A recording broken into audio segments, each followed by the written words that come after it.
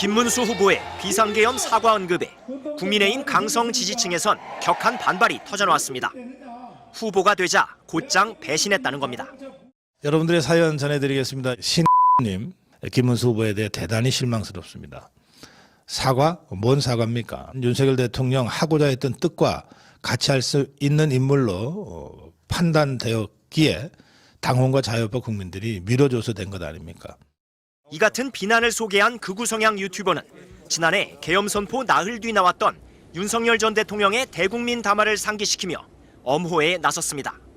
국민께 불편을 끼쳐드린 데 대한 죄송함을 표현한 그 사과와 어제 김문수 후보가 계엄으로 인해 고통을 겪고 있는 국민들께 진심으로 죄송스럽게 사과한다고 하는 이 사과가 뭐가 다른 겁니까? 대선 승리를 목표로 한 전략적 사과라 평가하며 김 후보를 치켜세웁니다. 김문수가 변했다 이런데 그게 아니고 지금은 선거에 이겨야 되니까 이게 전략인 것입니다. 훗날 뜻을 이루기 위해 잠시 굴욕을 견딘다는 의미의 중국 고전 초한지의 고사를 인용하기도 합니다.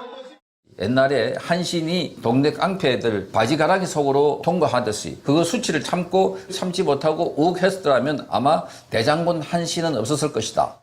반면 전광훈 목사와 가까운 걸로 통하는 유튜버들은 어설픈 중도 확장에 나서지 말고 전 목사의 자유통일당과 합쳐 승리한 뒤 은혜를 잊지 말라고 주문합니다.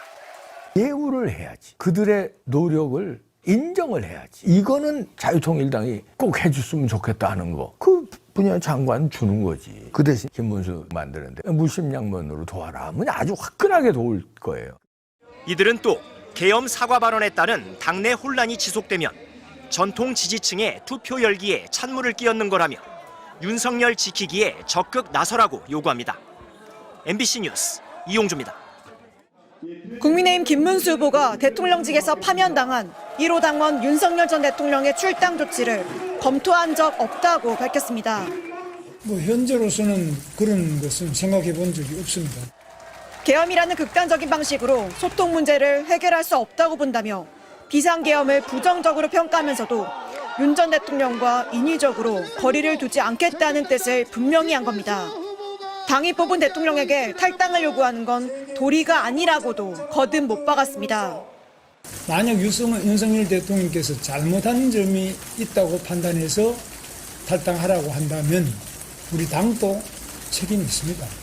반면 김 후보가 당개혁을 당부하며 비상대책위원장으로 지명한 김용태 내정자는 국민 상식을 언급했습니다. 지명 이틀 만에 입장차가 드러난 셈입니다. 여러 가지 당내 컨센서스를 좀 도출해내서 국민 상식에 맞는 판단할 수 있도록 하겠습니다. 다만 김 내정자는 여러 가지 고민하고 있고 정식으로 비대위원장에 임명되면 설명할 수 있을 거라고 덧붙였습니다. 김문수 후보는 앞서 비상계엄에 대해 처음 죄송하다는 표현을 쓰며 사과했습니다. 공개 일정 도중 취재진 앞에서 말을 아끼다. 검토해서 논의를 해서 입장을 발표하겠습니다. 한 종합편성 채널과의 생방송 인터뷰에서 다시 질문이 나오자 처음 사과한 겁니다. 진심으로 이 계엄으로 인한 고통을 겪고 있는 국민들께 죄송스럽게 생각합니다. 다만 윤석열 정부 내각의 장관으로서 비상계엄 등 실정에 대한 게 아니라 계엄 이후 국민들이 겪는 어려움에 대한 사과였습니다. 지금 경제라든지 국내 정치도 어렵지만은 수출 또 외교 관계 많은 어려움이 있기 때문에 선거가 닥치자 중도층을 의식하면서도 정작 전통 지지층의 이탈을 우려해 윤 전 대통령과 적극적으로 거리를 두지 못하고 있다는 게 정치권의 대체적인 해석입니다. MBC 뉴스 지은수입니다. 비상계엄 사흘 뒤였던 지난해 12월 6일 윤석열 전 대통령에 대한 국회 탄핵 소추안 첫 표결을 앞두고 전국은 초긴장 상태였습니다. 자신에 대한 계엄군의 체포 시도 사실을 알게 된 한동훈 당시 국민의힘 대표는 탄핵 찬성으로 입장을 급선회했습니다. 초조해진 윤 전 대통령은 긴급 회동을 요청해 한남동 관저에서 한 대표를 만났지만 성과는 없었습니다. 한 대표가 돌아간 뒤 윤 전 대통령은 여당 의원들을 비롯해 여러 사람에게 전화를 걸었습니다. 통화 대상자들 중엔 극우 성향 정치 평론가이자 유튜버인 고성국 씨도 있었습니다.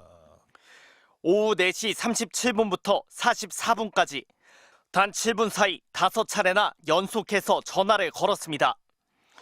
당시 탄핵 반대 집회에 참석 중이던 고 씨가 여러 차례 전화를 받지 못한 걸로 보이는데 그만큼 윤 전 대통령이 집요하게 통화를 시도했던 정황이 엿보입니다. 제가 국회 정문 앞에 우리 자유파 집회로 갔는데 4시 한 40분쯤 도착한 것 같고요. 고 씨는 이날 저녁 유튜브 방송에서 한동훈 대표를 집중 성토했습니다.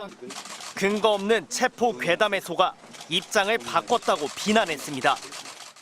체포 지시를 직접 하지 않았다고 한 거예요, 대통령이. 근데 워낙 8888 뛰어나와가지고 쪽팔리니까 입장 표명을 바로 바꾸지를 못하는 거예요, 지금. 국회 두 번째 탄핵 표결이 다가오던 나흘 뒤에도 윤 전 대통령은 고 씨에게 전화를 걸었습니다. 이날부터 고 씨는 연이틀 유튜브 방송에서 윤 대통령이 직접 국민에게 계엄 이유를 설명해야 한다고 강조했습니다. 국회가 해제 결의를 할 것을 염두에 두고 1시간 후에 국회에 군을 진입하라고 지시했어요. 국회의원들이 국회로 들어올 시간을 사실은 대통령이 벌어준 거예요. 하루 뒤 나온 윤 대통령의 네 번째 담화는 고 씨의 주문과 상당 부분 일치했습니다. 그래서 질서 유지에 필요한 소수의 병력만 투입하고 실무장은 하지 말고 국회의 계엄 해제 의결이 있으면 바로 병력을 철수시킬 것이라고 했습니다. 윤 전 대통령은 탄핵과 체포, 구속 등 내란 이후 전국의 고비마다 유튜버들을 매개로 한 이른바 아스팔트 극우 세력과 지속적으로 교감했습니다. 이번에 수사 기록으로 밝혀진 새 휴대전화 통화 내역에서도 첫 통화 상대인 여동생 다음으로 가장 먼저 문자를 보낸 외부인이 고성국 씨였습니다. MBC 뉴스 윤수환입니다.